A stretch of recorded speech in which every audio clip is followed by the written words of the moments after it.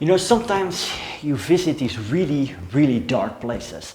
And right now I'm in one of these dark places. Here, in this former prison, over 1,500 people were killed by the NKVD, the Soviet secret police.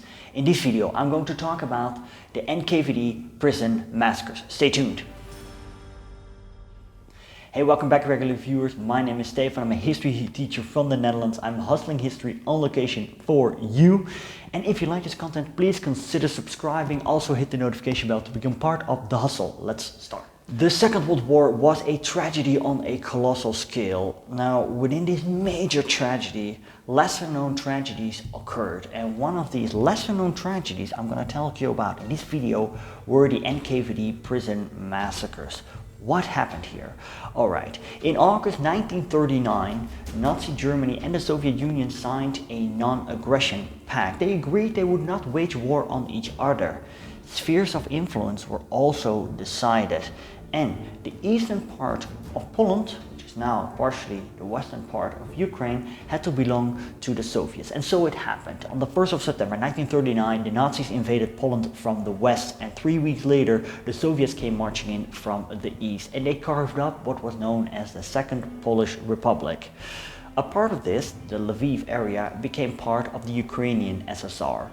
What we see in the territories that were taken by the Soviets were the same tragedies as that had occurred during the 1930s in the Soviet Union. And I'm talking about purges. Countless of people were prosecuted on groundless charges and were often executed or deported to the gulags in Kazakhstan and Siberia. Understand here that this process did not happen overnight. So when, little than a year later, in June 1941, the Nazis invaded the Soviet Union, the prisons were full of political prisoners. The NKVD had the order to evacuate these prisoners. However, they ran the risk of being overtaken by the enemy.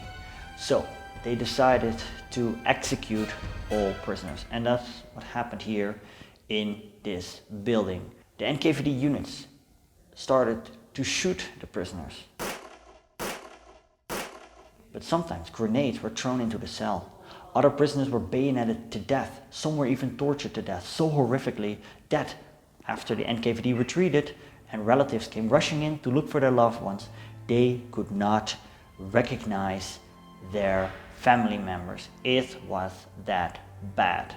On June 22, the very day of the German invasion, the NKVD began to shoot the inmates of the prisons in Lviv.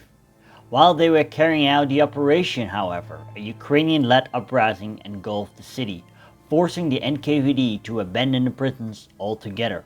Emboldened by the sudden absence of guards and the sound of nearby artillery fire, a group of inmates in the Brigidka prison in the Lviv city center smashed their way out.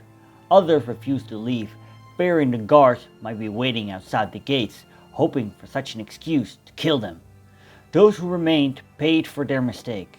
On June 25, the NKVD, reinforced by border guards, returned to Brigidka, freed the ordinary criminal prisoners, and machine-gunned the remaining political prisoners in their underground cells. The inmates in the city's other prisons met a similar fate. Altogether, the NKVD killed about 4,000 prisoners in Lviv, and left them in a mass grave which they barely had time to cover with a light layer of sand.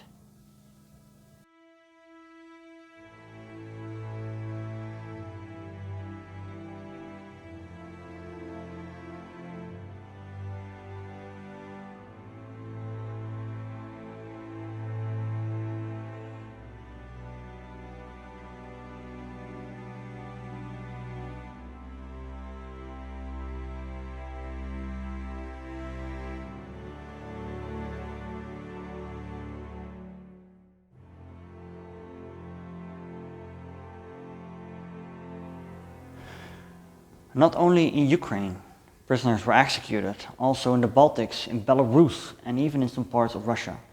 Total death toll comes to over 100,000. Here in the west of Ukraine, anti-Russian sentiments remain. And this tragedy here culminated into another tragedy in this city. And if you want to know more about that tragedy, you can click right here. Also, check me out on Instagram for pictures of this place. I want to thank you for watching. Do not forget to subscribe. Until next time.